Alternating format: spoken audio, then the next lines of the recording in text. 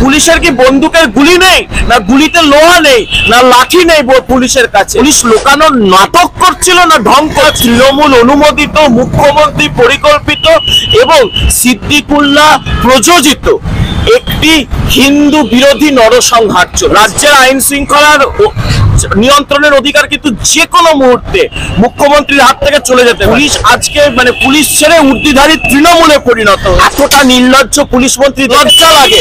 এই ধরনের মুখ্যমন্ত্রী আমাদের রাজ্যের মুখ্যমন্ত্রী। এই পরিচয় তাদের ইজ্জত সম্ভ্রম হিন্দু মায়েদের বাঁচিয়েছে বলে মমতা বন্দ্যোপাধ্যায় বিএসএফ এর প্রতি এত গাত্র দেওয়া হয়েছে। মুখ্যমন্ত্রীর দিন শুরু হয় মিথ্যা দিয়ে, মুখ্যমন্ত্রীর রাত যায় মিথ্যা। তাদেরকে খুন করে, তাদেরকে রক্তাক্ত করে, তাদেরকে ক্ষতবিক্ষত করে, তাদেরকে ধর্ষণ, চূড়ান্ত ভারত বিরোধী, বাংলা বিরোধী, মনুষ্য বিরোধী এবং হিন্দু বিরোধী প্রশাসক মমতা বন্দ্যোপাধ্যায়। মায়ের পুজো করব ভারতবর্ষে দাঁড়িয়ে কোর্টের পারমিশনে, হনুমান জন্মোৎসব পালন করব কোর্টের পারমিশন। ভয়ঙ্কর ছবি দেখা গেল আজকে মালদার যে ক্যাম্প রয়েছে ত্রাণ শিবির, সেখান থেকে দেখা যাচ্ছে তারা অভিযোগ করছেন যে পুলিশ তাদেরকে ক্যাম্প ছাড়ার জন্য বাধ্য করছে। যখনই মানবাধিকার কমিশন রাজ্যপাল আসার আগে ক্যাম্প ছেড়ে দেওয়ার জন্য বাধ্য করা হচ্ছে পুলিশের তরফ থেকে। মারাত্মক অভিযোগ। দেখুন, শামশেরগঞ্জ, সুতি সহ মুর্শিদাবাদে যে ধরনের আমরা ওয়াকফ সংশোধন বিরোধী একটি আইনকে কেন্দ্র করে যে ধরনের আমরা জিহাদি তাণ্ডব দেখেছি, এটা অত্যন্ত পরিষ্কার। এটা তৃণমূল অনুমোদিত, মুখ্যমন্ত্রী পরিকল্পিত এবং সিদ্দিকুল্লাহ প্রযোজিত একটি হিন্দু বিরোধী নরসংহার চলেছে। হিন্দুদের পরিকল্পিতভাবে বেছে বেছে তাদের বাড়িতে আগে থেকে কালো রঙের আলকাতরা মেরে তাদেরকে মার্ক করে হিন্দুদেরকে বাস্তুহারা, উদ্বাস্তু করা হয়েছে। হিন্দুদের ওপর আক্রমণ চালানো হয়েছে। হিন্দু মা বোনেদের ইজ্জত নিয়ে, সম্ভ্রম নিয়ে ছিনিমিনি খেলা হয়েছে এবং সবটা অত্যন্ত পূর্ব পরিকল্পিত। এবং মমতা বন্দ্যোপাধ্যায় ধুলিয়ানের চেয়ারম্যান ইনজামুলকে দিয়ে, সিদ্দিকুল্লাহদের দিয়ে ব্যবহার করে, পরিকল্পনা করে এটা সবকিছু করেছে।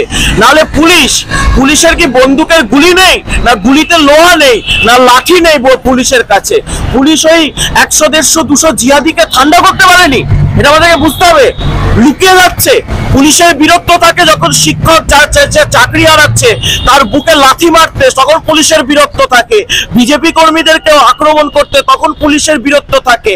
আর যখন সমাজ বিরোধী, মৌলবাদী, জিহাদি জঙ্গিরা একের পর এক পশ্চিমবঙ্গের নাগরিকদের বাড়ি ঘরে আগুন লাগাচ্ছে, হিন্দুদের উপর আক্রমণ করছে, পুলিশ কোথায় ছিল?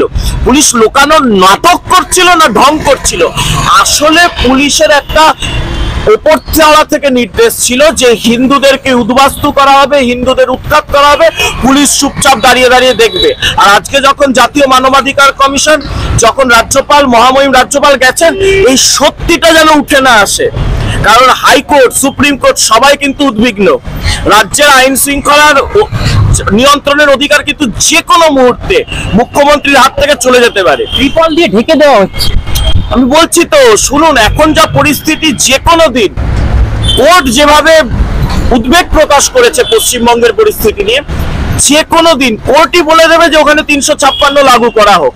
তাই যেন সত্যিটা বেরিয়ে না আসে, হিন্দুদেরকে কিভাবে অত্যাচার করা হয়েছে সেই ঘটনা যেন বেরিয়ে না আসে, তার জন্য পুলিশ এখন পুলিশ আজকে কি বলা যায়, পুলিশ আজকে পুলিশ ছেড়ে উর্দিধারী তৃণমূলে পরিণত হয়েছে। সে তৃণমূলের ভূমিকা পালন করছে। কারণ পুলিশ জানে যে এই পুলিশের চাকরি থাকবে না যদি হিন্দুদের কথা, হিন্দুদের যন্ত্রণা আজকে জাতীয় মানবাধিকার কমিশন এবং রাজ্যপালের সামনে উঠে আসে। তাই পুলিশ আজকে মমতা বন্দ্যোপাধ্যায় নির্দেশে করছে। মমতা বন্দ্যোপাধ্যায় পুলিশ মন্ত্রী হিসেবে ওনার লজ্জা লাগে না? এতটা নির্লজ্জ পুলিশ মন্ত্রী দেখেছেন? নিজের চুরি জোচ্চুরি ঢাকতে, নিজের দুর্নীতি ঢাকতে আজকে তিনি একটা রাজ্যে হিন্দু বিরোধী দাঙ্গা লাগিয়ে দিলেন, হিন্দুদেরকে উদ্বাস্তু করে দিলেন, শুধুমাত্র তার এসএসসি ক্যাম্পটাতে যেন ধামাচাপা পড়ে। দেখলে গা গিনগিন করে যে এই ধরনের মুখ্যমন্ত্রী পশ্চিমবঙ্গে রয়েছে। লজ্জা লাগে এই ধরনের মুখ্যমন্ত্রী আমাদের রাজ্যের মুখ্যমন্ত্রী এই পরিচয় দিতে। কিন্তু মুখ্যমন্ত্রী কার্যত এই দায়টা অমিত শাহের দিকে ঠেলে দিয়েছেন তিনি, এবং নরেন্দ্র মোদীকে নরেন্দ্র ইসলাম বলেও তিনি বলেছেন। ওনার গাত্র দেওয়া হয়েছে যে বিএসএফ সেদিনকে এসে কেন হিন্দুদের বাঁচিয়েছে, কেন শয়ে শয়ে হিন্দু মারা গেল না। কেন হিন্দু মা বোনেদেরকে ওই যে যারা রেপ থ্রেট দিচ্ছিল, ধর্ষণের হুমকি দিচ্ছিল, জিহাদি জামাতি মৌলবাদী গুলো, সেই তারা কেন ধর্ষণের হাত থেকে তাদের থেকে এই বিএসএফ এসে বাঁচিয়েছে? আপনি তো শুনেছেন আপনারা সকলে, হিন্দু মা বোনেরা তারা তো কেঁদে কিভাবে বলেছে যে বিএসএফ না এলে আমরা বাঁচতাম না, আমাদের ইজ্জত সম্ভ্রম বাঁচতো না। তাহলে তাদের ইজ্জত সম্ভ্রম হিন্দু মায়েদের বাঁচিয়েছে বলে মমতা বন্দ্যোপাধ্যায় বিএসএফ এর প্রতি এত গাত্র দেওয়া হয়েছে। আসলে মমতা বন্দ্যোপাধ্যায় ভোট ব্যাংকের রাজনীতি করতে করতে একটা চূড়ান্ত হিন্দু বিরোধী প্রশাসকে পরিণত হয়েছে। তাই হিন্দুদের যে বাঁচিয়েছে ওনার তার বিরুদ্ধে এত বেশি গাত্র দেওয়া শুরু হয়ে গেছে। মারাত্মক অভিযোগ করছেন তিনি বিএসএফ এর বিরুদ্ধে যে বাচ্চাদের দিয়ে নাকি বিএসএফ টাকা দিয়ে ইট ছুড়িয়েছে, এবং তিনি বলেছেন বিএসএফ যাতে গুলি চালিয়েছে তার বিরুদ্ধে তদন্তও করবেন তিনি। দেখুন, মুখ্যমন্ত্রী দাঁত নামে যে মিথ্যা কথা বলেন, মুখ্যমন্ত্রীর দিন শুরু হয় মিথ্যা দিয়ে, মুখ্যমন্ত্রীর রাত যায় মিথ্যা দিয়ে, মানে মুখ্যমন্ত্রী মিথ্যা কথা ছাড়া কিছুই বলতে পারেন না। মুখ্যমন্ত্রী বিএসএফ এর বিরুদ্ধে তদন্ত করবেন, যান আগে সিদ্দিকুল্লাহ চৌধুরীর বিরুদ্ধে তদন্ত করুন, যে একের পর এক উস্কানি দিয়েছিলেন। এই সিদ্দিকুল্লাহর মুখ থেকে জেলা টাইট দেওয়ার কথা শুনেছিলাম না? আপনি জেলার হিন্দুদের এইভাবে টাইট দেবেন, তাদেরকে খুন করে, তাদেরকে রক্তাক্ত করে, তাদেরকে ক্ষতবিক্ষত করে, তাদেরকে ধর্ষণ করে আপনি আজকে টাইট দিচ্ছেন। আর সিদ্দিকুল্লাহ চৌধুরী এরপরও ক্যাবিনেটে রয়েছেন, আর মুখ্যমন্ত্রী সেই ক্যাবিনেটের মাথা হয়ে রয়েছেন। এরপর আপনি বলবেন যে আপনি বিএসএফ এর বিরুদ্ধে তদন্ত করবেন, বিএসএফ হিন্দুদের বাঁচিয়েছে বলে তার বিরুদ্ধে তদন্ত করবেন।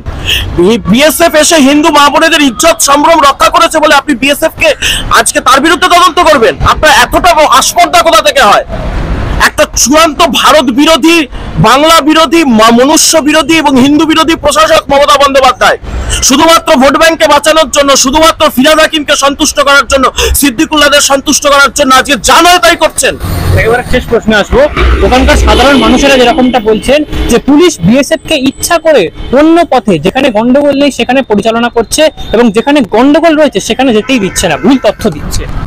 দেখুন, কেন্দ্রীয় বাহিনীকে ভোটের সময় যেভাবে স্থানীয় থানা বিপথে চালিত করে, কারণ কেন্দ্রীয় বাহিনী বলুন বা বিএসএফ বলুন, তারা তো এসে নিজের এলাকায় বা যে কোনো এলাকায় তারা তো নিজের নিজের ইচ্ছায় মুভমেন্ট করতে পারে না, তাকে লোকাল থানা পথ দেখায়। এবার আপনি বুঝুন, মমতা বন্দ্যোপাধ্যায় শান্তির কথা বলছেন, মমতা বন্দ্যোপাধ্যায় চান না দাঙ্গা হোক, মমতা বন্দ্যোপাধ্যায় চান না কোনো মানুষ মারা যাক, বড় বড় জ্ঞান বাতলাচ্ছেন যে কি খালি হাতে এসেছো, খালি হাতে যাবে, এত কথা বলছেন। আর তাহলে আপনার পুলিশ বিএসএফ কে কেন দিকভ্রষ্ট করছে? আপনার পুলিশ কেন বিএসএফ কে বিপথে চালিত করছে?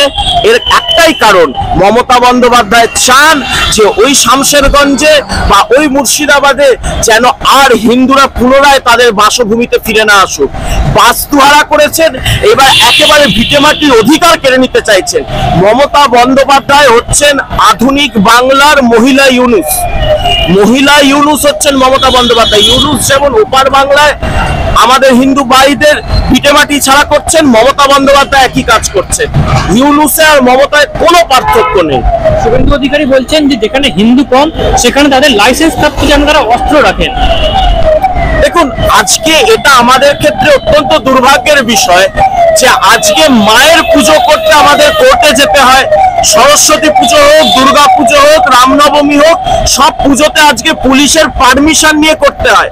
মায়ের পুজো করব ভারতবর্ষে দাঁড়িয়ে কোর্টের পারমিশনে, হনুমান জন্মোৎসব পালন করব কোর্টের পারমিশনে। কই ঈদ তো পালন করতে হয় না কোনো ঈদের কমিটিকে, ঈদ পালনের কমিটিকে আপনি দেখেছেন হাইকোর্টে গিয়ে পারমিশন না চাইতে? সব জায়গায় প্রতিবন্ধকতা তৈরি করছেন মমতা বন্দ্যোপাধ্যায়। সব জায়গায় হিন্দুদের আবেগ, হিন্দুদের ধর্মীয় অধিকারকে নিয়ে ছিনিমিনি খেলছেন মমতা বন্দ্যোপাধ্যায়। তাই বিরোধী দলনেতা আজকে লড়াই কেবলমাত্র রাজনৈতিক লড়াই নয়, বিরোধী দলনেতা যে লড়াই লড়ছেন, হিন্দুদের অস্তিত্ব রক্ষার লড়াইয়ে আপোষহীন লড়াই লড়ছেন নিজেদের প্রাণ হাতে নিয়ে। সুকান্ত মজুমদার বলুন, শুভেন্দু অধিকারী বলুন, কেন বলুন তো বাস্তুহারা মায়েরা তারা যন্ত্রণার রাস্তায় বসে থাকবে 3 ঘন্টা, ডিজিপি দেখা করবেন না? ডিজিপি কি করছিলেন তখন? কি করছিলেন ডিজিপি? এই এসএসসি দুর্নীতি ধামাচাপারও কিভাবে দেওয়া যায় সেই নিয়ে মিটিং করছিলেন। কেন আজকে এই পথে আজকে বাঙালি হিন্দুকে নামতে হবে? পশ্চিমবঙ্গ হিন্দু হোমল্যান্ড, শ্যামাপ্রসাদের মাটি, রবীন্দ্রনাথের মাটি, এই মাটিতে যে দিন আমাদের দেখতে হচ্ছে এটা অত্যন্ত দুর্ভাগ্যজনক এবং এই দিন বদলের লড়াইয়ে শুভেন্দুদা, সুকান্তদা লড়ে চলেছে।